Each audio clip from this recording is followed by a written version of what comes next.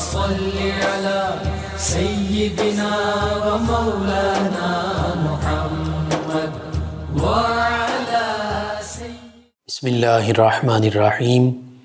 السلام علیکم ناظرین و سامعین کرام۔ پروگرام یاد الہی دیکھنے کے لیے، یاد الہی کے سابقہ تمام پروگرامز دیکھنے کے لیے، بالخصوص وظائف دیکھنے، سننے، جاننے اور پڑھنے کے لیے آپ ہمارے یوٹیوب چینل یاد الہی یعنی YAADEEILAHI یوٹیوب چینل یاد الہی کو سبسکرائب بھی کیجئے، لائک بھی کیجئے، کمنٹس بھی کیجئے، تاکہ یاد الہی کے مختلف پروگرامز اور وظائف سے آپ مکمل رہنمائی حاصل کر سکیں۔ جی ناظرین و سامعین، پروگرام یاد الہی میں روزانہ عظیم ہستیوں کے تذکارے پاک کیے جاتے ہیں اور اس کے ساتھ ساتھ کچھ ایسے موضوعات پر گفتگو ہوتی ہے جن سے آپ کو رہنمائی حاصل ہوتی ہے۔ آج سیدنا امام علی زین العابدین رضی اللہ تعالی عنہ آپ کے تذکارے پاک ہوں گے۔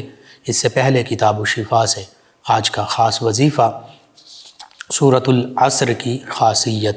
کئی فضیلتیں ہیں سورۃ العصر کی، کئی برکتیں ہیں، رحمتیں ہیں۔ ایک خاص اس کی خاصیت اور فضیلت اور برکت بالخصوص جو ہم اپنی ظاہری زندگی میں اور ظاہری ایک پریشانی اور بیماری میں اس خاصیت کو پا سکتے ہیں۔ اور ہمارے اکثر ویورز اور لسنرز بعض اوقات اس حوالے سے پوچھتے رہتے ہیں، نظر کی کمزوری ہے، آنکھوں کی کوئی بھی بیماری ہے، آشوب چشم ہے، آنکھوں میں پانی آنا، موتیا، نظر کمزور ہو جانا، دھندلا نظر آنا، ان سب کے لیے یہ آج کا وظیفہ ہے۔ سماعت کیجئے۔ سرما آپ جب بھی آنکھوں میں ڈالیں، صبح، شام، رات، جب بھی، تو سرما کی سلائی پر 7 مرتبہ سورۃ العصر، بسم اللہ الرحمن الرحیم، والعصر ان الانسان لفی خسر الا الذین آمنوا وعملوا الصالحات وتواصوا بالحق وتواصوا بالصبر۔ یہ سورہ مبارکہ جب بھی آپ سرما آنکھوں میں ڈالیں، سرما استعمال کیجئے، اچھے سے اچھا سرما استعمال کیجئے۔ اسمد سرما اگر مل جائے، مدینہ طیبہ کا خاص سرما، تو سب سے بہتر برکتیں بھی حاصل ہوں گی اور وہ آنکھوں کے لیے مفید بھی ہے۔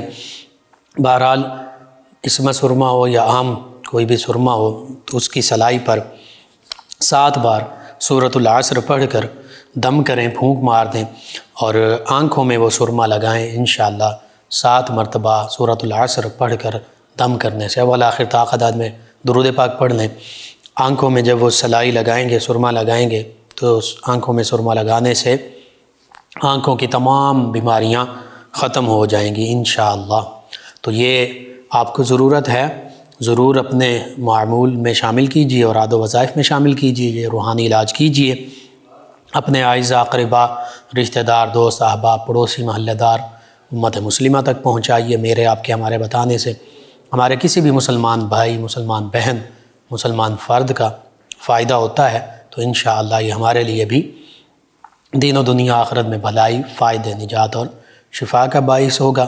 اللہ سبحانہ و تعالی ہمیں آسانیاں عطا فرمائے، ہمیں آسانیاں بانٹنے والا بنائے، مشکلات سے ہماری حفاظت فرمائے، آمین۔ جی ناظرین و سامعین، سیدنا امام علی زین العابدین رضی اللہ تعالی عنہ نبی کریم صلی اللہ علیہ وآلہ وسلم کے گھرانے میں سے ہیں، اہل بیت اطہار میں سے، آل رسول میں سے، نبی کریم صلی اللہ علیہ وآلہ وسلم کے شہزادگان کے شہزادے۔ اور پھر وہی بات ہمیشہ کی طرح کہ تیری نسل پاک میں ہے بچہ بچہ نور کا، تو ہے عین نور، تیرا سب گھرانہ نور کا، کہ یا رسول اللہ صلی اللہ علیہ وسلم، اے ہمارے آقا و مولا صلی اللہ علیہ وآلہ وسلم، آپ کی نسل پاک میں بچہ بچہ نورانی ہے، نور کا پیکر ہے، نورانی وجود مسعود رکھتا ہے، روشنی کا، ہدایت کا، نور کا پیکر۔ اور وجہ یہ ہے کہ آپ عین نور ہیں اور آپ کا سارا گھرانہ ہی نوری گھرانہ ہے۔ اب نور یہ اللہ تعالیٰ بندہ مومن کے دل میں بھی عطا فرماتا ہے۔ نور ربنا اتمم لنا نورنا، یہ بندہ مومن کی دعا بھی ہے کہ اللہ ہمارے نور کو پورا فرما دے۔ اور اسلام بھی نور ہے، قرآن بھی نور ہے، نبی رحمت صلی اللہ علیہ وآلہ وسلم کا فرمان بھی نور ہے، خود نبی رحمت صلی اللہ علیہ وآلہ وسلم بھی نور ہیں، آپ کے صحابہ کرام علیہم الرضوان، آپ کے اہل بیت کرام علیہم الرضوان روشنی ہی روشنی، روشنی کا مرکز و محور منبع ہیں، مشعل راہ ہیں، مینارہ نور ہیں ہمارے لیے یہ ساری ہستیاں۔ اور بندہ مومن حقیقت میں جیسے کہا گیا انما المشرکون نجس، تمام مشرکین کفار اللہ کا انکار کرنے والے نجس ہیں، تو بندہ مومن پاک ہے۔ اب وہ پاکیزگی، وہ اللہ کی محبت، اللہ کی یاد اور اللہ کے نبی صلی اللہ علیہ وآلہ وسلم، صحابہ کرام، اہل بیت کرام، ان سے جتنی قربت، نسبت، محبت، ان کی تعلیمات کی پیروی جتنی بڑھتی جائے گی، وہ نور، وہ روشنی اتنی ہی بڑھتی جائے گی۔ تو یوں ہی ان ہستیوں سے ہم نے قرآن کا نور لیا، اسلام کا نور لیا، تو یہ حقیقت میں نورانی ہستیاں ہیں۔ نبی رحمت صلی اللہ علیہ وآلہ وسلم ان تمام نورانی ہستیوں کے سردار ہیں، بلکہ نوری، خاص نوری مخلوق فرشتے، ان کے بھی سردار میرے آپ کے، ہم سب کے آقا و مولا صلی اللہ علیہ وآلہ وسلم ہیں۔ قرآن مجید فرقان حمید میں کئی مقامات پر اس کا ذکر، بالخصوص سورہ مائدہ میں لقد جاءکم من اللہ نور و کتاب مبین، اللہ رب العزت نے ارشاد فرمایا ایمان والوں کو کہ بے شک تمہارے پاس اللہ تعالیٰ کی طرف سے نور آیا اور کتاب مبین آئی۔ یہاں پر آج نہیں، آج سے صدیوں پہلے مفسرین، محدثین، بالخصوص مفسرین نے یہاں تفسیر میں لکھا، سیدنا عبداللہ بن عباس رضی اللہ عنہما اور دیگر صحابہ کرام بھی، سیدنا جابر رضی اللہ عنہ کی حدیث ہے، نور باقاعدہ امام بخاری رحمہ اللہ کے استاد، انہوں نے مصنف عبدالرزاق میں، امام عبدالرزاق انہوں نے نقل کی۔ یہ اس میں سے چند ایک چیزیں، احادیث کہیں موجود ہیں نبی کریم صلی اللہ علیہ وآلہ وسلم کے نور ہونے پر، اور قرآن مجید فرقان حمید کی نص موجود ہے۔ تو اس آیت مبارکہ لقد جاءکم من اللہ نور و کتاب مبین پر آج سے صدیوں پہلے مفسرین، عربی تفاسیر لکھنے والی ہستیاں، انہوں نے قرآن و حدیث کے مطابق اس کی تفسیر یہ کی کہ یہاں نور سے مراد محمد صلی اللہ علیہ وآلہ وسلم، ہمارے آقا و مولا صلی اللہ علیہ وآلہ وسلم کی ذات بابرکات ہے، اور کتاب مبین، کھلی روشن واضح کتاب سے مراد قرآن مجید فرقان حمید ہے۔ تو یوں تیری نسل پاک میں ہے بچہ بچہ نور کا، تو ہے عین نور، تیرا سب گھرانہ نور کا۔ افمن شرح اللہ صدرہ الاسلام فہو علی نور من ربی، اللہ فرماتا ہے کہ جس کا سینہ اللہ تعالیٰ اسلام کے لیے کھول دیتا ہے، فہو علی نور من ربی، پھر وہ اللہ کے دیے ہوئے خاص نور پر ہوتا ہے۔ تو نور تو ہر بندہ مومن کو حاصل ہے، تو پھر ان ہستیوں کا نور، ان کی نورانی صورت، ان کے نورانی کلمات، ان کی نورانی تعلیمات روشنی بکھیرتی ہوئیں، ان کا کیا کہنے، اللہ اکبر۔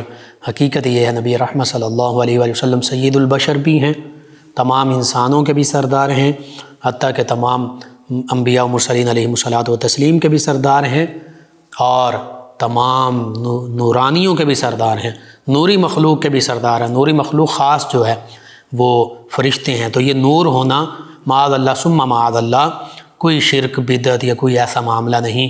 اگر اللہ رب العزت تو کی صفات وہ ازلی ہیں، ابدی ہیں، وہ قدیم ہیں، وہ لامتناہی ہیں، لامحدود ہیں، ان کا تو کوئی مقابلہ ہی نہیں کر سکتا۔ وہ خالق ہے، اللہ کی صفات کہ کوئی ہمسری، نہ اللہ کی ذات کی نہ صفات کی ہمسری کا دعویٰ ہی نہیں کر سکتا، لیکن اللہ تعالیٰ نے اپنی ایک پوری مخلوق کو ہی نور بنا دیا۔ نوری مخلوق، ملائکہ، فرشتے نور سے بنے ہیں، تو اس لیے اگر فرشتے نور والے ہیں، نور سے بنے ہیں، تو نبی رحمت صلی اللہ علیہ وآلہ وسلم کے نور ہونے سے کسی بھی قسم کا کوئی قرآن و سنت یا اسلام یا اللہ تعالیٰ کے احکام کی مخالفت نہیں ہوتی۔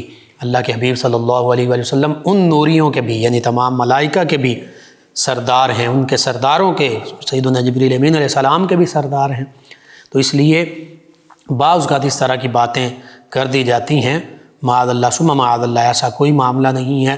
اگر نبی کریم صلی اللہ علیہ وآلہ وسلم کو نور کہنا معاذ اللہ ثم معاذ اللہ شرک ہے، تو پھر فرشتوں کے لیے آپ کیا کہیں گے؟ کیا فرشتے نوری مخلوق نہیں ہیں؟ فرشتے بھی نوری مخلوق ہیں، اللہ تعالیٰ کے خاص نور سے پیدا کیے گئے ہیں۔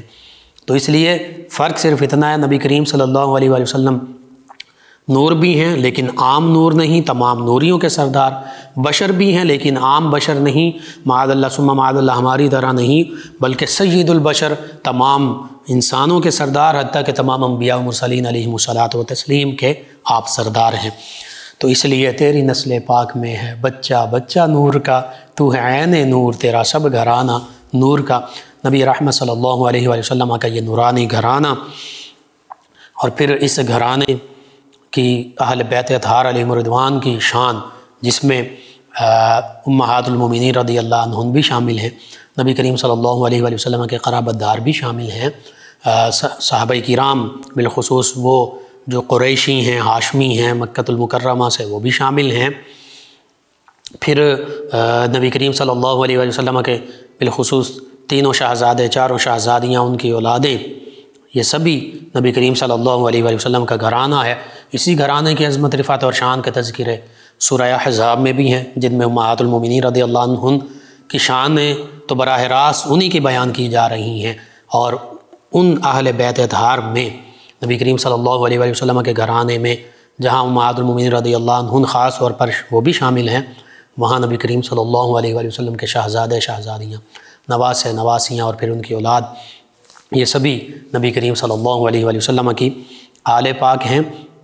اور آقا کریم صلی اللہ علیہ وآلہ وسلم نے تو ہم گناہ گاروں پر، اپنی امت پر ایسا کرم فرمایا کہ احادیث مبارکہ میں موجود ہے، کل تقی آل محمد صلی اللہ علیہ وآلہ وسلم، نبی کریم صلی اللہ علیہ وآلہ وسلم نے فرمایا کہ ہر متقی، ہر اللہ سے ڈرنے والا بندہ مومن، فرمایا وہ بھی میری آل میں شامل ہے۔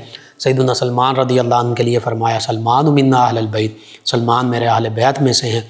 جہاں سیدنا امام حسن رضی اللہ عنہ کے لیے فرمایا کہ یہ مجھ سے ہیں، میں ان سے ہوں، حسین منی وانا من، یا الحسین منی وانا من۔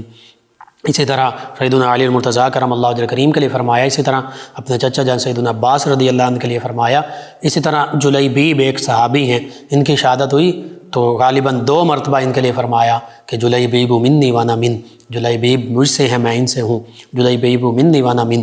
اسی طرح ایک اشعری قبیلہ ہے، تو وہ مسلمان ہوئے، نبی کریم صلی اللہ علیہ وآلہ وسلم پر ایمان لائے، تو اللہ کے حبیب صلی اللہ علیہ وآلہ وسلم نے ان کے لیے فرمایا کہ یہ جو اشاعرہ ہیں یہ مجھ سے ہیں، میں ان سے ہوں۔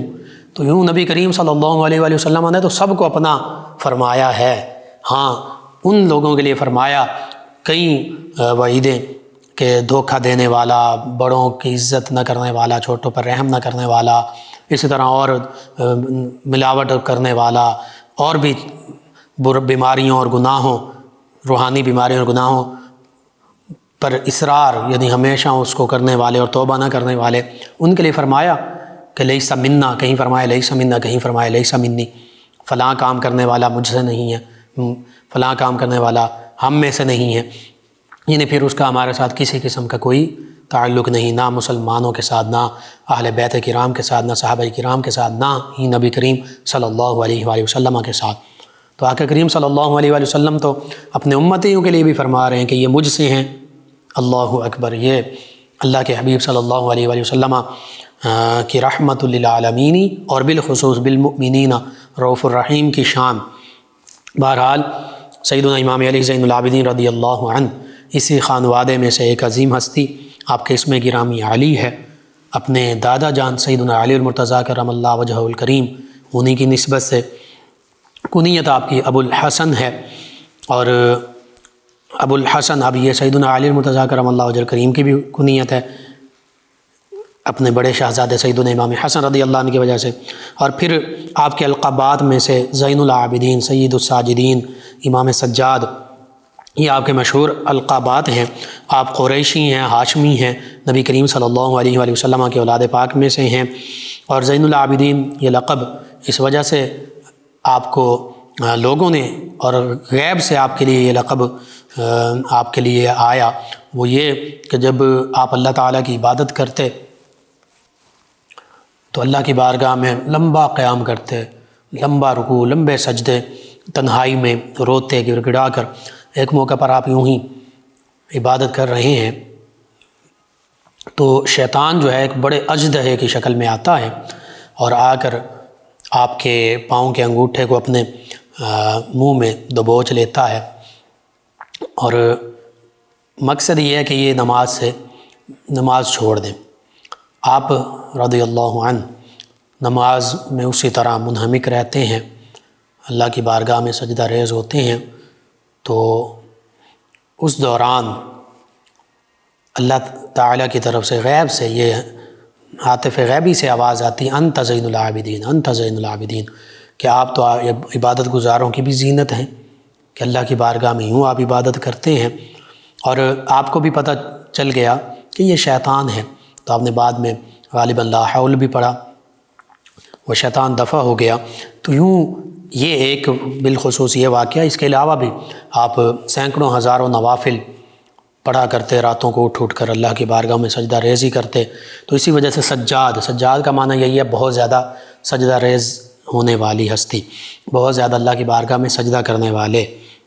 تو آپ سجاد بھی ہیں، زین العابدین بھی ہیں، اور پھر سیدنا امام حسین رضی اللہ عنہ کے شہزادے ہیں، سیدنا علی المرتضیٰ سیدہ فاطمۃ الزہرا رضی اللہ عنہما کے پوتے ہیں، نبی کریم صلی اللہ علیہ وآلہ وسلم کے پڑھ نواسے ہیں، نبی کریم صلی اللہ علیہ وآلہ وسلم کے نواسے اور شہزادے سیدنا امام حسین رضی اللہ عنہ کے شہزادے ہیں۔ اور آپ کی ولادت باسعادت کے حوالے سے یوں روایات میں ملتا ہے 5 شعبان المعظم جمعرات کے دن 38 ہجری میں مدینہ طیبہ میں آپ کی ولادت باسعادت ہوئی، اور اپنے دادا جان سیدنا علی المرتضیٰ کرم اللہ وجہ الکریم انہی کے عہد خلافت میں مدینہ طیبہ میں ولادت باسعادت ہوئی آپ کی، اور سیدنا علی المرتضیٰ کرم اللہ وجہ الکریم کی شہادت سے تقریباً 2 برس پہلے آپ کی ولادت باسعادت ہوئی۔ آپ کی والدہ ماجدہ جو ہیں وہ ان کے حوالے سے یہ ملتا ہے کہ ان کا اسم گرامی غزالہ یا سلامہ تھا، اور وہ اجمی تھیں، سیدنا امام حسین رضی اللہ عنہ کے عقد میں آئیں، اور پھر آپ کے 2 اور بھائی، ان کا نام بھی علی تھا، ایک علی اصغر اور ایک علی اکبر، تو آپ کو علی اوسط کہا جاتا تھا، بعض نے یہ لکھا کہ آپ کو علی اصغر کہا جاتا تھا۔ بہرحال علی آپ کا بھی نام، آپ کے 2 بھائیوں کا بھی نام، اور وہ دونوں شہزادے علی اصغر اور علی اکبر ان کے حوالے سے یہ ملتا ہے بعض روایات میں کہ وہ دونوں شہزادے جو ہیں واقعہ کربلا میں شہید ہوئے۔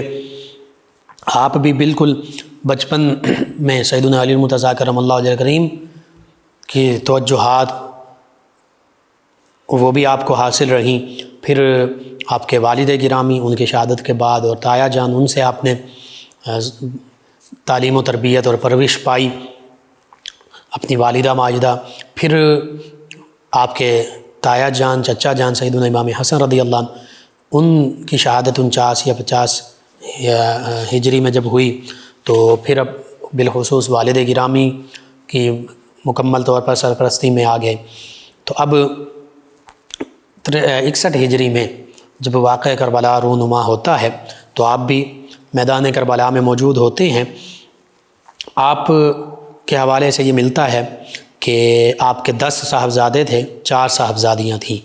صاحبزادوں کے جو اسماء مبارکہ وہ یوں ہیں، محمد، اور یہ وہ ہیں جنہیں دنیا سیدنا امام محمد الباقر رضی اللہ عنہ اس نام سے جانتی ہے۔ ان کے علاوہ سیدنا زید، سیدنا عمر، سیدنا عمر فاروق اعظم رضی اللہ عنہ کی نسبت سے عمر ان کا نام، سیدنا عبداللہ، سیدنا حسن، سیدنا حسین الاصغر، سیدنا عبد الرحمن، سیدنا سلیمان اور سیدنا علی، یہ 10 آپ کے صاحبزادے، اور 4 صاحبزادیاں خدیجہ، فاطمہ، علیہ اور کلثوم۔ اب یہ بھی اپنے اس میں دیکھیے خدیجہ اور فاطمہ، المومنین سیدہ خدیجہ الکبریٰ رضی اللہ عنہ اور سیدہ فاطمہ الزہرا رضی اللہ عنہ جو نبی کریم صلی اللہ علیہ وآلہ وسلم کی شہزادی ہیں، ان کی نسبت سے، اور کلثوم نبی کریم صلی اللہ علیہ وآلہ وسلم کی بھی شہزادی ہیں، سیدنا علی المرتضیٰ کرم اللہ وجہ الکریم کی بھی شہزادی ہیں، یعنی آپ کی پھوپھی جان بھی ہیں۔ تو یہ ساری نسبتیں صحابہ کرام علیہ رضوان کی نسبت سے بھی نام ہیں، عمر، نبی کریم صلی اللہ علیہ وآلہ وسلم کی نسبت سے محمد، آپ کے والد گرامی کی نسبت سے عبداللہ، حسن اور حسین اپنے والد اور چچا ان کے نام پر، عبد الرحمن یہ صحابہ کرام کے بھی نام ہیں، اور اللہ کے محبوب صلی اللہ علیہ وآلہ وسلم کا بھی پسندیدہ نام ہے، علی اپنے دادا جان کی نسبت سے۔ تو یوں ان نسبتوں سے پتہ چل رہا ہے کہ یہ سبھی ایک ہیں، نبی کریم صلی اللہ علیہ وآلہ وسلم، صحابہ کرام، اہل بیت کرام، کہ یہ ایک دوسرے کے ناموں پر اپنے بچوں کے نام رکھتے ہیں۔ اللہ اکبر۔ جیسے سیدنا علی المرتضیٰ کرم اللہ وجہ الکریم نے اپنے 18 صاحبزادوں میں سے 3 کے نام ابو بکر، عمر اور عثمان رکھے، اور بعض روایت میں یوں بھی ابو بکر اکبر، ابو بکر اصغر، عمر اکبر، عمر اصغر، اس طرح بھی ملتا ہے، لیکن کم از کم 3 صاحبزادوں کے نام تینوں خلفائے راشدین، خلفائے ثلاثہ، سیدنا ابو بکر صدیق رضی اللہ عنہ، سیدنا عمر فاروق اعظم رضی اللہ عنہ، سیدنا عثمان ذو النورین رضی اللہ عنہ کے اسماء مبارکہ پر رکھے۔ تو کیسی محبت کا انداز تھا ان ہستیوں کا، آپس میں قریبی رشتہ داریاں بھی تھیں، آپس میں محبتیں بھی تھیں، نام بھی ایک دوسرے کے ناموں پر رکھے جاتے تھے۔ اللہ اکبر۔ یہ شان ہے ان عظیم ہستیوں کی۔ آج امت مسلمہ آپس میں لڑ رہی ہے، امت مسلمہ ان ہستیوں کو بھی یوں ظاہر کرتی ہے، ان ہستیوں کے حوالے سے ایسے یوں سمجھیے کہ جہالت پر مبنی بیان، جہالت پر مبنی جملے اور باتیں اور گفتگو کرتے ہیں کہ جو بالکل حق اور سچ کے بھی منافی ہیں، اور جس میں معاذ اللہ ثم معاذ اللہ یہ بتانے کی کوشش کی جا رہی ہوتی ہے من گھڑت اپنی طرف سے کہ معاذ اللہ ثم معاذ اللہ کہیں ان ہستیوں کے آپس میں دشمنیاں تھیں۔ نہیں، کسی قسم کی کوئی دشمنی نہیں تھی، ان کے آپس میں محبتیں تھیں، آپس میں رشتہ داریاں اور تعلق تھے، آپس میں رشتے تھے، ناطے تھے، اور ایک دوسرے کے ناموں پر یہ ہستیاں آپس میں نام رکھا کرتی تھیں۔ یہی حق ہے، یہی سچ ہے، اور یہی مکمل آپ حدیث مبارکہ پڑھ لیجئے۔ تاریخ اسلام مجہول، جھوٹے، کذاب راویوں کو نکال کر، ہاں کچھ جھوٹے اور مجہول لوگ، غیر ثقہ لوگ، شروع سے فساد پھیلانے والے خارجیوں کی طرح اور دیگر، انہوں نے شروع سے یہ کوشش کی کہ امت کے اندر انتشار اور افتراق رہے، اور معاذ اللہ ثم معاذ اللہ وہ جھوٹے من گھڑت باتیں انہوں نے بیان کی کہ جی فلاں اور فلاں یہ معاملہ تھا، یہ معاملہ تھا۔ اگر چند ایک معاملات بھی ہوئے غلط فہمیوں کی بنا پر، خارجیوں کی شرارتوں کی بنیاد پر، تو وہ ان معاملات میں بھی ہمیں خاموش رہنے کا حکم ہے۔ اور پھر وَنَزَعْنَا مَا فِي صُدُورِ مِنْ غِلٍّ إِخْوَانًا عَلَىٰ سُرُرٍ مُتَقَابِلِينَ۔ اللہ فرماتا ہے یہ صحابہ کرام یا اہل بیت کرام، یہ تو اگر کہیں کچھ تھا بھی اور ایمان والے ان کے دلوں میں، وَنَزَعْنَا مَا فِي صُدُورِ مِنْ، اگر کوئی نزاع تھا اور وہ بھی قرآن و حدیث اور اجتہاد کے لحاظ سے تھا، وہ کوئی ذاتی دشمنی نہیں تھی، معاذ اللہ ثم معاذ اللہ، تو اللہ فرماتا وہ ان کے دلوں وَنَزَعْنَا مَا فِي صُدُورِ مِنْ غِلٍّ، دلوں سے ہم نے نکال دیا، دلوں میں کسی قسم کا کوئی معاذ اللہ ثم معاذ اللہ کینہ بغض یا ایسا معاملہ نہیں تھا۔ اگر کوئی ایسی بات کرتا تو وہ غلط بات کر رہا ہے، وہ قرآن و حدیث اور اسلام کے بالکل برعکس بات کر رہا ہے۔ نبی رحمت صلی اللہ علیہ وآلہ وسلم کا گھرانہ اور نبی کریم صلی اللہ علیہ وآلہ وسلم کے صحابہ کرام، ان کے حوالے سے کوئی ہلکی بات نہیں کی جا سکتی، سوچی نہیں جا سکتی۔ بہرحال اللہ فرماتا ہے کہ یہ آپس میں بھائی بھائی ہوں گے، بھائی بھائی ہیں، اور ایک دوسرے کے ساتھ آمنے سامنے بھی، اور ایک دوسرے کے ساتھ تختوں پر بیٹھے ہوں گے، بھائی بھائی بنے۔ اللہ اکبر۔ یہ شان ہے ان عظیم ہستیوں کی۔ بہرحال سیدنا امام علی زین العابدین رضی اللہ تعالیٰ عنہ آپ میدان کربلا میں بھی حاضر تھے، موجود تھے، اور سیدنا امام علی زین العابدین رضی اللہ عنہ آپ نے جن ہستیوں سے حدیث مبارکہ اور قرآن و حدیث اور فقہ اور دیگر علوم حاصل کیے، ان میں آپ کے والد گرامی اب سیدنا امام حسین رضی اللہ عنہ، چچا دان سیدنا امام حسن، پھر سیدنا عبداللہ بن عباس رضی اللہ عنہ، پھر سیدنا ابو ہریرہ رضی اللہ عنہ، ام المؤمنین سیدہ عائشہ صدیقہ رضی اللہ عنہ، سیدنا جابر بن عبداللہ رضی اللہ عنہ، سیدنا سعید بن مسیب رضی اللہ عنہ، ایسی عظیم ہستیاں شامل ہیں۔ یعنی ام المؤمنین ہیں سیدہ عائشہ صدیقہ رضی اللہ عنہ، ان سے قرآن حدیث بالخصوص حدیث کا علم حاصل کیا، مومنوں کی ماں۔ اسی طرح حدیث مبارکہ کے سب سے بڑے جو راوی ہیں سیدنا ابو ہریرہ رضی اللہ عنہ، ان سے حدیث مبارکہ کا علم سیکھا۔ پھر ایک اور صحابی بھی اور اہل بیت بھی، سیدنا عبداللہ بن عباس، ان سے قرآن کا علم حاصل کیا، اپنے والد گرامی چچا جان۔ پھر سیدنا جابر، یہ صحابی ہیں رضی اللہ عنہ، ان سے علم حاصل کیا۔ سیدنا سعید بن مسیب، یہ تابعی ہیں، ان سے علم حاصل کیا۔ تو صحابہ کرام سے، امہات المومنین سے، تابعین سے، ان سے قرآن و حدیث اور فقہ کا علم حاصل کر رہے ہیں۔ اور پھر آپ سے جن ہستیوں نے احادیث نقل کیں، ان میں امام زہری، عمر بن دینار، یحییٰ بن سعید، علی بن جدعان اور طاؤس وغیرہ یہ شامل ہیں۔ اسی طرح آپ نے تفسیر، حدیث اور فقہ یہ علم حاصل بھی کیا اور آگے امت تک پہنچایا بھی۔ بہرحال آپ کے حوالے سے یہ بھی ملتا ہے کہ علم فقہ کے حوالے سے، شرعی مسائل کے حوالے سے مدینہ طیبہ میں بھی آپ لوگوں کو مسائل بتایا کرتے تھے۔ اور امام زہری فرماتے ہیں کہ میں نے آپ کے دور میں آپ سے بڑھ کر کوئی بڑا فقیہ نہیں دیکھا، اور آپ کا شمار فقہائے حفاظ اور مدینہ منورہ کے بڑے مفتیان کرام علیہم رضوان میں ہوا کرتا تھا۔ یوں ہی آپ عبادت گزار بھی تھے، اللہ کا تقوی اور خشیت کے راتوں کو عبادت کرتے، اللہ کی بارگاہ میں سجدہ ریز ہوتے، گریہ و زاری کرتے، روتے، عاجزی انکساری کا اظہار کرتے، اور تقوی کا پیکر۔ پھر نبی کریم صلی اللہ علیہ وآلہ وسلم کی محبت کے واقعہ کربلا کے بعد آپ نے نبی کریم صلی اللہ علیہ وآلہ وسلم کی بارگاہ میں استغاثہ بھی پیش کیا۔ بہت مشہور استغاثہ، ان التیا ریح الصبا یوما الی ارض الحرم بلغ سلامی روضۃ فیہا النبی المحترم، کہ اے باد صبا تو مدینہ طیبہ جا رہی ہے تو میرا پیغام بھی لیتے جانا، اور میرے جد امجد نبی رحمت صلی اللہ علیہ وآلہ وسلم کے روضہ مبارکہ پر حاضر ہونا تو ہمارا سلام بھی عرض کرنا۔ اور پھر اگلے اشعار کا معنی اور مفہوم یوں، خلاصہ یوں کہ ہمارے تو جگر زخمی ہو چکے ہیں، اکبادنا مجروحۃ، اور ہم آپ کی زیارت کے متمنی ہیں، آپ کی بارگاہ میں حاضر ہونے کی تمنا رکھتے ہیں۔ تو پورا وہ استغاثہ اور کافی اشعار جو ہے نبی کریم صلی اللہ علیہ وسلم کی محبت کے، اور ہمیں بتا دیا کہ کیسے ہم نے محبت کرنی نبی کریم صلی اللہ علیہ وسلم سے، آپ کی بارگاہ میں استغاثہ کیسے پیش کرنا ہے۔ تو پھر یہ معاملہ، پھر مخلوق خدا کے ساتھ بھلائی کا معاملہ، آپ کا یہ آپ کی روٹین تھی، آپ کا معمول تھا۔ مدینہ طیبہ میں 100 سے 200 تک گھرانے ایسے تھے جن میں آپ رات کے وقت ضرورت کی اشیاء، کھانے پینے کی اشیاء، راشن وغیرہ اپنے پشت مبارکہ پر اٹھا کر لے جاتے، خاموشی کے ساتھ ان گھروں میں دے آتے، اور یہ سال ہا سال برسوں سے یہی معمول چل رہا تھا۔ کسی کو خبر نہیں تھی کہ یہ کون ہستی ہیں، کون اللہ کا بندہ ہے جو یوں خاموشی کے ساتھ ہمارے گھروں میں راشن پہنچا جاتا ہے۔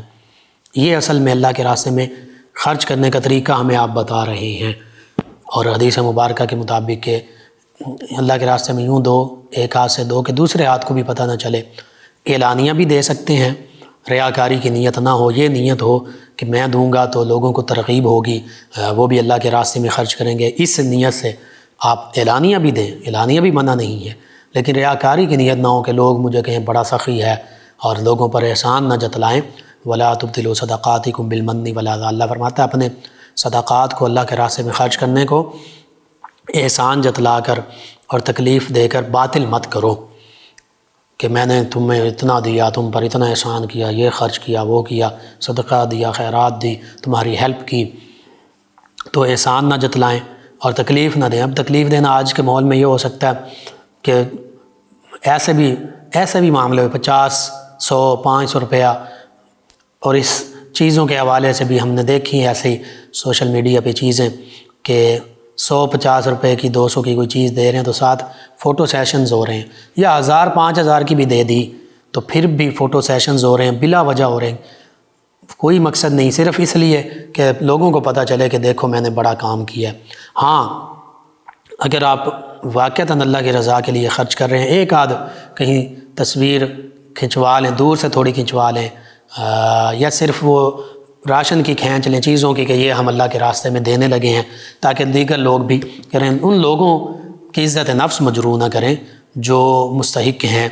بعض کا سیلاب زدگان ہوتے ہیں، زلزلہ زدگان ہوتے ہیں، کوئی بیوائیں، یتامہ، دیگر مستحقین، تو ان کو تکلیف نہ پہنچائیں اور احسان نہ جتلائیں۔ یہ دو چیزیں اگر آپ یہ دو چیزیں کرتے ہیں تو پھر آپ کے وہ سب کچھ باطل ہے، وہ اللہ کے راستے میں خرچ کرنا کسی کام کا نہیں ہے۔ وہ پھر وہی نمود و نمائش اور سخی کہلانا اور وہ دنیا کے تو معاملات آپ کے چل جائیں گے۔ حدیث مبارکہ میں بھی کہ وہ ایسا سخی جو ہے جو یہ چاہتا تھا کہ مجھے دنیا میں سخی کہا جائے، روز محشر اس کو جہنم میں دھکیل دیا جائے گا، اور ایسا عالم جو چاہتا تھا کہ بس مجھے بڑا عالم کہا جائے، میری واہ واہ ہو، تو دنیا میں ہو گئی، جہنم میں دھکیل دیا جائے گا آخرت میں۔ اور ایسا شہید جس نے صرف اس لیے شہادت پائی کہ لوگ مجھے کہیں بڑا شہید تھا دنیا کے لیے، اس کو بھی کہا جائے گا دنیا میں تجھے شہید کہا گیا، اب تو جہنم میں۔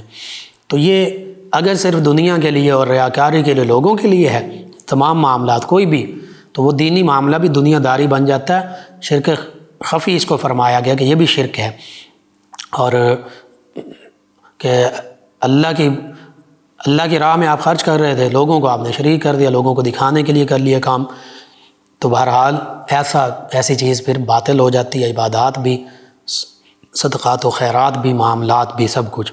تو اس حوالے سے یہ ذہن میں رکھیے۔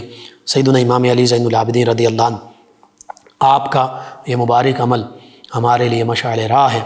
خاموشی سے دیاتے پتہ اس وقت چلا جب آپ کی شہادت ہوئی اور آپ کو غسل دیا جا رہا تھا، تو آپ کے پشت مبارکہ پر، آپ کے کندھوں، پیٹھ پر، کمر پر نشانات تھے، نیلے نشانات۔ تو پھر اس رات کسی کے گھر میں کوئی راشن نہ پہنچا، تو لوگوں کو پتہ چل گیا کہ یہی ہستی تھیں جو اپنے پشت مبارکہ پر ہمارے لیے راشن اٹھا کر لاتی تھیں اور ہمیں دے جاتی تھیں۔ اللہ اکبر۔ یہ سیدنا امام علی زین العابدین رضی اللہ عنہ، آپ کی یوں سمجھ لیجئے آپ کا طریقہ مبارکہ تھا، اور یہ تو یہ گھرانوں کے بعد، اس کے علاوہ بھی اگر کوئی آپ کے سامنے سائل آ جاتا آپ کے پاس، زیادہ سے زیادہ اسے نوازتے۔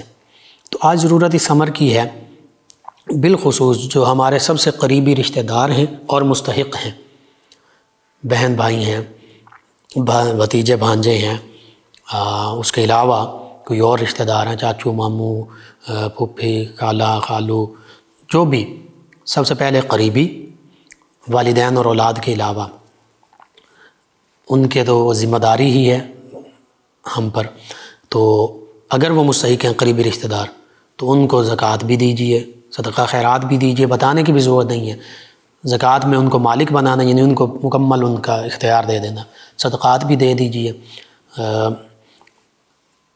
خاموشی سے دے دیجیے تاکہ ان کی عزت نفس مجروح نہ ہو۔ وہ یہی اسی طرح اگر قریبی رشتہ داروں میں کوئی نہیں، دور کے رشتہ داروں کو دیکھیے، کوئی مستحق ہے، کوئی یتیم، بیوہ، کوئی معذور، مجبور، کوئی فاقوں میں مبتلا، اسے دیجیے۔ قریب اور دور کے رشتہ داروں میں بھی کوئی نہیں تو پھر قریبی پڑوسیوں کا نمبر ہے، ان کا حق ہے، انہیں دیجیے۔ ان میں سے اگر کوئی مستحق ہے، اگر قریبی پڑوسیوں میں کوئی مستحق نہیں تو دور کے پڑوسی دیکھیے، ان میں کوئی مستحق ہے، انہیں دیجیے۔ ان میں بھی نہیں تو اب اس کے علاوہ جہاں آپ چاہیں، کسی اور محلے میں، پورے ملک میں، پوری دنیا میں کوئی مسلمان ہے، اسے آپ زکوٰۃ دیجیے، صدقات اور خیرات دیجیے، اس کی ہیلپ کیجیے۔ اس کا بڑا اجر ہے، بڑا ثواب ہے، اور زکوٰۃ تو ویسے واجب ہے، لازم ہے، ضروری ہے، دینا ہی ہے۔ دیگر صدقات و خیرات بھی دینے چاہیے، صدقہ فطر بھی واجب ہے، عشر بھی واجب ہے، لازم ہے۔ تو یہی آپ کی سیرت مبارکہ سے ہمیں پتہ چلتا ہے۔ پھر آپ کے کئی کرامات بھی ہیں، بالخصوص آپ کی یہ شان کہ جب لوگوں کو معاف کرنے کے حوالے سے، یہ بھی بڑا خوبصورت پیغام ہے۔ بعض اوقات والدین، اساتذہ یا کوئی بھی بڑا کہیں جاب کی جگہ پہ ہیں تو جو ایمپلائر ہے، مالک ہے، آجر ہے، اور وہ ملازم سے کوئی غلطی ہو جائے تو بعض اوقات بڑا معافی نہیں ملتی۔ اللہ تعالیٰ تو وَيَعْفُو عَنْ كَثِيرٍ، اللہ فرماتا ہے اللہ تو اکثر معاف فرمانے والا ہے۔ اللہ سے توبہ کی جائے، معافی مانگی جائے، اللہ توبہ کرنے والوں کو، معافی مانگنے والوں کو پسند فرماتا ہے۔ ان اللہ یحب التوابین و یحب المتطہرین، کہ اللہ تعالیٰ بہت زیادہ توبہ کرنے والوں کو اور بہت زیادہ اور متطہرین کو، پاک صاف رہنے والوں کو پسند فرماتا ہے، محبوب بنا لیتا ہے اپنا۔ تو آپ یہ سیدنا امام حسن رضی اللہ عنہ کے حوالے سے بھی واقعہ معروف ہے، اور آپ کے حوالے سے بھی موجود ہے، البدایہ والنہایہ میں موجود ہے، کہ ایک باندھی آپ کی کنیز آپ کو وضو کرا رہی تھی، تو پانی جو ہے وہ برتن پانی والا وہ اس کے ہاتھ سے چھوٹا، آپ کے مبارک چہرے پر لگا، چہرہ زخمی ہو گیا۔ آپ نے اس کنیز کی طرف سر اٹھا کر دیکھا تو اس نے فوراً قرآن مجید فرقان حمید کی آیت مبارکہ 134 کا یہ حصہ پڑھا، والکاظمین الغیظ، کہ اللہ کے جو بندے ہیں، نیک بندے، وہ تو غصہ پی جاتے ہیں، تو آپ نے غصہ پی لیا، آپ نے فرمایا کہ میں نے غصہ پی لیا۔ پھر اس نے اگلا حصہ پڑھا آیت کا، والعافین عن الناس، اللہ کے بندے لوگوں کو معاف کرنے والے ہوتے ہیں، تو آپ نے فرمایا میں نے تمہیں معاف کیا۔ پھر اس نے آخری حصہ پڑھا آیت مبارکہ کا، واللہ یحب المحسنین، اللہ تعالیٰ احسان کرنے والے، بھلائی کرنے والے، نیکی کرنے والوں کو پسند فرماتا ہے، ان سے محبت فرماتا ہے۔ تو آپ نے فرمایا جا، میں نے تجھے اللہ کے لیے، اللہ کے رضا کے لیے، اللہ کے لیے آزاد کیا۔ تو یہ آپ کی برداشت اور معافی کا واقعہ۔ اسی طرح ایک اور واقعہ آپ کے حوالے سے یہ بھی بتایا جاتا ہے کہ آپ کا ایک صاحبزادہ، آپ کا ایک غلام جو تھا، وہ لوہے کی بڑی سیخ سے تنور میں کوئی چیز بھون رہا تھا، وہ سیخ گرم تھی، اس کے ہاتھ سے گری اور آپ کے چھوٹے جو شہزادے تھے ان کے سر پر اتنی زور سے لگی کہ وہ وصال پا گئے۔ تو یہ منظر دیکھ کر آپ جلدی سے اٹھے، اپنے شہزادے کے پاس پہنچے تو انتقال کر چکے تھے۔ اس پر آپ نے اپنے غلام کو ایک لفظ بھی تنبیہ اور ڈانٹ ڈپٹ کا نہیں بولا، بلکہ آپ نے اسی وقت غلام کو والد جیسی شفقت دیتے ہوئے فرمایا، یا بنیا انک لم تتعمد، کہ اے میرے پیارے بیٹے، آپ نے یہ جان بوجھ کر تو نہیں کیا، اس لیے کوئی بات نہیں۔ اور پھر اس سے اگلا معاملہ پھر آپ نے فرمایا کہ جاؤ تم آزاد ہو۔ اس کے بعد اپنے شہزادے کی تجہیز و تکفین میں مشغول ہو گیا۔ اللہ اکبر، کیسی شان ہے کہ آج ہم ایسا اخلاق، ایسی نرم دلی، رحم دلی، معافی کا مظاہرہ کر سکتے ہیں۔ بیٹا آپ کا وہ شہید ہو گیا ہے، اور حقیقت یہی تھی کہ جان بوجھ کے تو نہیں غلام نے شہید کیا، وہ معاملہ ہو گیا، غلطی ہو گئی، تو آپ نے اس سے کسی قسم کی گرفت نہیں فرمائی اور فرما دیا کہ تم نے جان بوجھ کر نہیں کیا، اور پھر اسے آزاد بھی فرما دیا۔ سبحان اللہ، یہ آج ہمیں یہ رویے اپنانے کی ضرورت ہے۔ آج ہم میں سے جو بھی کسی عہدے، کسی منصب پر فائز ہوتا ہے، اللہ تعالیٰ اسے اختیارات عطا فرماتا ہے، وہ کسی بھی لیول پر ہو، وہ گورنمنٹ لیول پر ہو، وہ بڑے سے بڑے لیول پر ہو، وہ پرائیویٹ آرگنائزیشنز، وہ والدین ہیں، وہ اساتذہ ہیں، وہ کوئی بھی ہو سکتا ہے جس کے ماتحت کوئی نہ کوئی موجود ہیں، تو انہیں یہ رحم دلی، یہ نرم دلی، یہ معافی، عفو و درگزر، یہ واقعات سامنے رکھنے چاہیے۔ اور بالخصوص جب ہم نبی کریم صلی اللہ علیہ وآلہ وسلم کی آل پاک، صحابہ کرام، نبی کریم صلی اللہ علیہ وآلہ وسلم سے محبت کا دم بھرتے ہیں، تو پھر یہ واقعات ہمیں اپنے سامنے رکھنے چاہیے اور ان کے مطابق اپنے سیرت، اپنے کردار، اپنے اخلاق، اپنی زندگیوں کو ڈھالنا چاہیے۔ آپ کے تعلیمات میں سے چند ایک آپ کے اقوال، آپ فرماتے ہیں مجھے تعجب ہے اکڑنے اور اترانے والے شخص پر جو کل تک ناپاک قطرہ منی تھا اور پھر کل مردار ہو جائے گا۔ اور فرماتے ہیں مجھے بہت زیادہ تعجب ہے اس شخص پر جو اس فنا ہونے والے گھر کے لیے تو عمل کرتا ہے دنیا کے لیے، اور باقی رہنے والے گھر یعنی آخرت کو چھوڑ دیتا ہے۔ اور پھر فرماتے ہیں جو اللہ تعالیٰ کی تقسیم کردہ روزی پر، رزق پر راضی ہوا، وہی سب سے زیادہ مالدار ہے۔ اور فرماتے ہیں اصل پردیس یہ ہے کہ آدمی کے دوست نہ ہوں۔ پھر فرماتے ہیں دنیا کے بڑے لوگ سخی اور متقی ہیں، اور آخرت کے بڑے لوگ دیندار حضرات اور علماء کرام ہیں۔ اور فرمایا کہ علماء کرام تو انبیاء کرام کے وارث ہیں۔ اور فرمایا لوگوں، اسلامی حدود کے اندر رہتے ہوئے، شریعت اسلامی کے اندر رہتے ہوئے اللہ کی رضا کے لیے ہمارے ساتھ محبت کرو، کہ تم میں سے بعض لوگوں کی عقیدت و محبت ہمارے لیے عزت و شرف کی بجائے آر بن گئی ہے، اور سنو ہمیں ہمارے حق سے زیادہ اوپر نہ اٹھاؤ، یعنی بہت زیادہ غلو مت کرو۔ اور فرمایا کچھ لوگ خوف سے اللہ کی عبادت کرتے ہیں، یہ غلاموں کی عبادت ہے۔ فرمایا کچھ امید اور طمع میں عبادت کرتے ہیں، لالچ میں، فرمایا یہ تاجروں کی عبادت ہے۔ اور فرمایا کچھ خالص شکر الہی میں اللہ کی رضا کے لیے عبادت کرتے ہیں، فرمایا یہ احرار لوگوں کی یعنی اللہ کے آزاد بندوں کی عبادت ہے۔ بہرحال 94 ہجری میں آپ کا وصال ہوا۔ بعض روایت میں یہ کہ آپ کو غالباً زہر دیا گیا، آپ کو شہید کیا گیا۔ مدینہ طیبہ میں جنت البقیع میں آپ کی تدفین کی گئی۔ آج ضرورت اس امر کی ہے کہ جب ہم ان عظیم ہستیوں کا تذکرہ پاک کرتے ہیں تو ان کی محبت ہمارے دلوں میں سچی محبت بیٹھ جائے، یہ بھی ضروری ہے۔ اور اس محبت کا اولین تقاضا یہ ہے کہ ہم ان کے نقش قدم پر چلنے والے بنیں، ان کی تعلیمات کو اپنانے والے بنیں۔ اللہ سبحانہ وتعالی سے یہ دعا اللہ تعالی ہمیں ان کی محبت، ان کی تعلیمات کی پیروی بھی عطا فرمائے، اور ان کے تصدق سے عالم اسلام کو اوج و کمال، سربلندیاں اور کھویا ہوا وقار دوبارہ عطا فرما دے، آمین۔ اللہم صلی علی سیدنا و مولانا محمد وعلی سیدنا۔ آپ سماعت فرما رہے ہیں پروگرام یاد الہی۔ ہمارے رابطہ کا نمبر ہوا کرتا ہے 0334 1966 966۔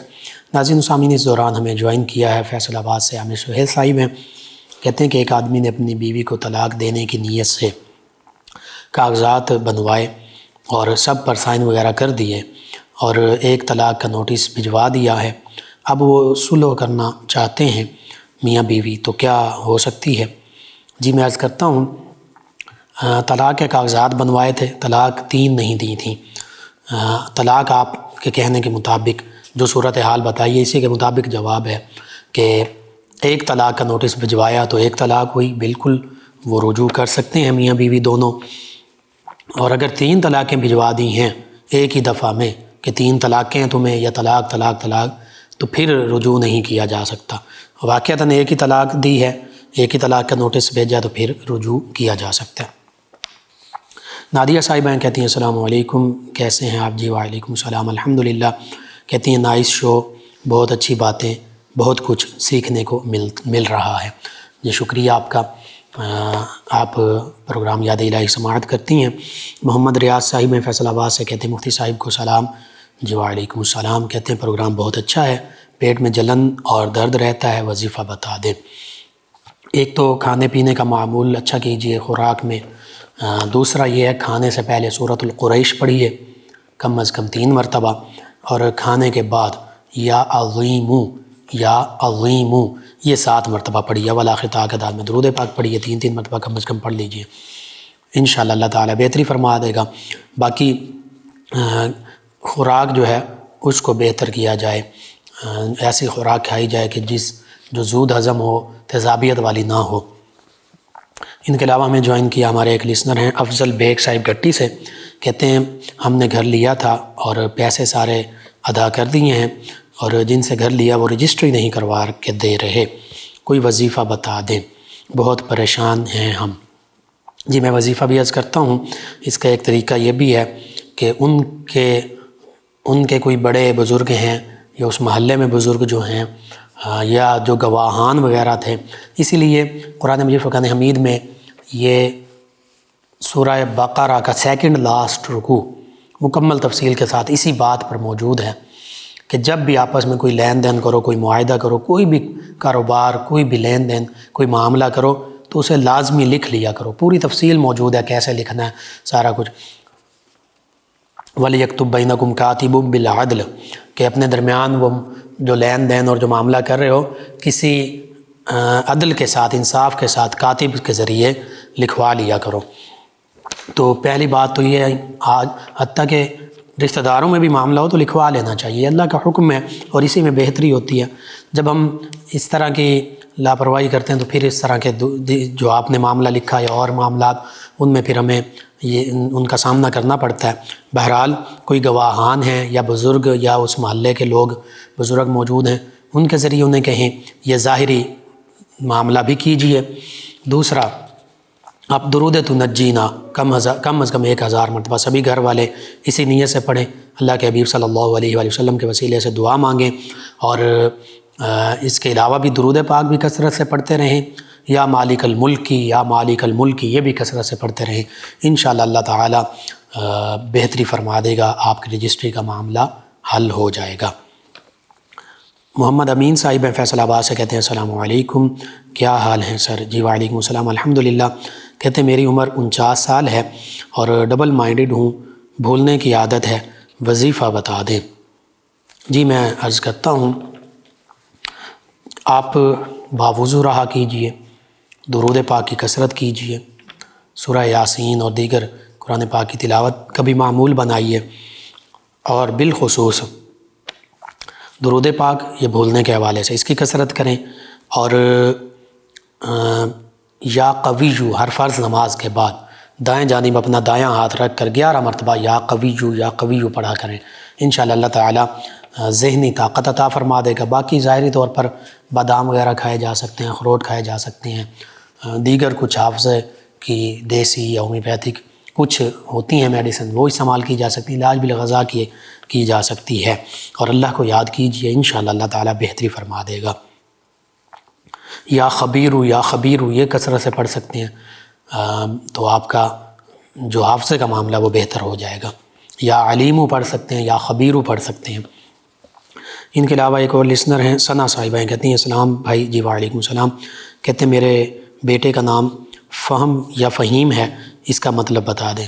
جی فہم سمجھ بوجھ کو کہتے ہیں، فہیم کا معنی ہے سمجھ بوجھ والا، تو ٹھیک ہے، نام اس میں کوئی حرج نہیں ہے۔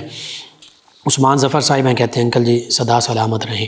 جی شکریہ آپ کا، اللہ تعالیٰ آپ کو تمام مسلمانوں کو، امت مسلمہ کو دین و دنیا آخرت کی بھلائیاں اور سلامتیاں عطا فرمائے۔ طوبہ صاحب ہیں فیصل آباد سے، کہتی ہیں بھائی کیسے ہیں آپ؟ جی الحمدللہ۔ کہتی ہیں کہ میں آپ کی ریگولر لسنر ہوں، آپ کا پروگرام بہت اچھا ہوتا ہے، اللہ پاک آپ کو نیک عمل والی لمبی زندگی عطا فرمائے، آمین۔ جی آمین، اللہ تعالیٰ آپ کے لیے، تمام امت مسلمہ کے لیے یہی دعا قبول فرمائے۔ ان کے علاوہ میں جوائن کیا بشرا صاحبہ نے، آپ کے کویشچن کا آنسر میں نے دے دیا تھا، دوبارہ مختصراً عرض کر دیتا ہوں۔ سب سے پہلی بات یہ ہے کہ بعض اوقات کویشچن کی کچھ جزیات ہوتی ہیں، ایک بات بیان کی جاتی ہے دوسری نہیں، دوسری یا پھر اس سوال میں بھی آگے کئی سوال ہوتے ہیں، کئی چیزیں ہوتی ہیں پوچھنے والی، تو لکھنے والے آپ دیگر لسنرز وہ مختصراً لکھ دیتے ہیں۔ بالخصوص یہ طلاق اور اس طرح کے معاملات، ان میں بڑی باریکی کی ضرورت ہوتی ہے، تو میں عام طور پر جو میرا ناقص علم میں ہوتی ہے بات اور آپ سوال کے مطابق وہ عرض کر دیتا ہوں، لیکن طلاق وغیرہ کے معاملات میں بالخصوص دارالافتاء کسی بھی اس سے آپ رجوع کیجئے، جامعہ قادریہ، جامعہ رضویہ، جامعہ امینیہ، جامعہ معینیہ، دیگر جامعات ہیں، ان سے جو مفتی صاحبان بیٹھے ہیں وہاں پر مسئلہ یا سنتے ہیں پورا تو پھر بتاتے ہیں آپ کو، لکھا ہوا چاہیے تو انہیں آپ بتائیں گے یا لکھ کر دیں گے تو وہ لکھا ہوا آپ کو جواب دے دیں گے۔ بہرحال آپ کا جو مسئلہ آپ نے کہا، لقمان بھائی کیا حال ہے؟ جی الحمدللہ۔ آپ نے کہا کہ بھائی مجھے ایک پریشانی ہی بہت بے چین کر رہی ہے، میں نے اپنے شوہر سے قسم لی تھی کہ تم ہمسائی عورت سے بات کرو گے تو مجھے طلاق ہو جائے گی۔ اس نے کہا ٹھیک ہے میں بات نہیں کروں گا، لیکن کل ہماری اس عورت سے، ہمسائی سے لڑائی ہوئی، تو کہتے ہیں کہ اس نے یعنی ان کے شوہر نے ایک دو باتوں کا جواب دیا، تو کیا مجھے اب طلاق ہو گئی ہے؟ پلیز مجھے اس کا جواب ضرور دیجیے۔ جی میں دوبارہ عرض کرتا ہوں، اب یہاں پہ مختلف معاملات ہیں۔ ایک تو قسم آپ نے لی کہ بات نہیں کرو گے، تو شروع میں تو بات انہوں نے نہیں کی، شروع میں ہمسائی نے بات کی، اس کا جواب دیا۔ اب کیا قسم ٹوٹے گی، قسم کا کفارہ دینا پڑے گا، یا کیا قسم ٹوٹی ہے یا نہیں ٹوٹی، یہ ایک بات۔ دوسری بات، کیا صرف قسم ٹوٹی ہے، قسم کا کفارہ دینا پڑے گا، یا طلاق بھی ہو گئی؟ اور اچھا اب تیسری بات، طلاق ہوئی تو کتنی طلاقوں کا کہا تھا؟ 3 طلاقوں کا، 2 کا، 1 کا، یا مطلقاً کہا تھا کہ 3 ہی طلاقیں؟ تو اب یہ ساری تفصیل جو ہے آپ نے نہیں لکھی، اب یہ تفصیل یا تو آپ لکھ بھیجیے سارا معاملہ، یا پھر کسی بھی دارالافتاء میں جائیے مفتی صاحب کے پاس، انہیں مکمل تفصیل بیان کیجیے، آپ کے شوہر بھی ساتھ ہوں، آپ بھی ہوں، وہ آپ دونوں کی گفتگو سنیں گے، آپ سے کچھ سوالات بھی کریں گے، تو آپ کو مکمل رہنمائی حاصل ہو جائے گی، اس کا مکمل آپ کو پتہ چل جائے گا کہ کیا معاملہ ہے، طلاق ہوئی یا نہیں ہوئی، کتنی ہوئی یا نہیں ہوئی۔ تو اس حوالے سے بہتر یہ ہے دارالفتاح سے رجوع کیجیے یا مکمل تفصیل لکھ بھیجیے، انشاءاللہ میں اس پر مزید دوبارہ بھی آپ کو جواب عرض کر دوں گا۔ آپ تمام ویورز کا، لسنرز کا شکریہ، آپ ہمیں جوائن کرتے ہیں، پروگرام یاد الہی میں شامل ہوتے ہیں، اپنے فیڈ بیک سے ہمیں آگاہ کرتے ہیں۔ ناظرین و سامعین، پروگرام یاد الہی کا وقت ختم ہو جاتا ہے، انشاءاللہ کل صبح دوبارہ آپ سے ملاقات ہوگی پروگرام یاد الہی میں۔ اپنے میزبان محمد لقمان رضا اور ہماری ٹیم کو اجازت دیجیے، اللہ نگہبان۔ اللهم صل على سيدنا ومولانا محمد وعلى سيدنا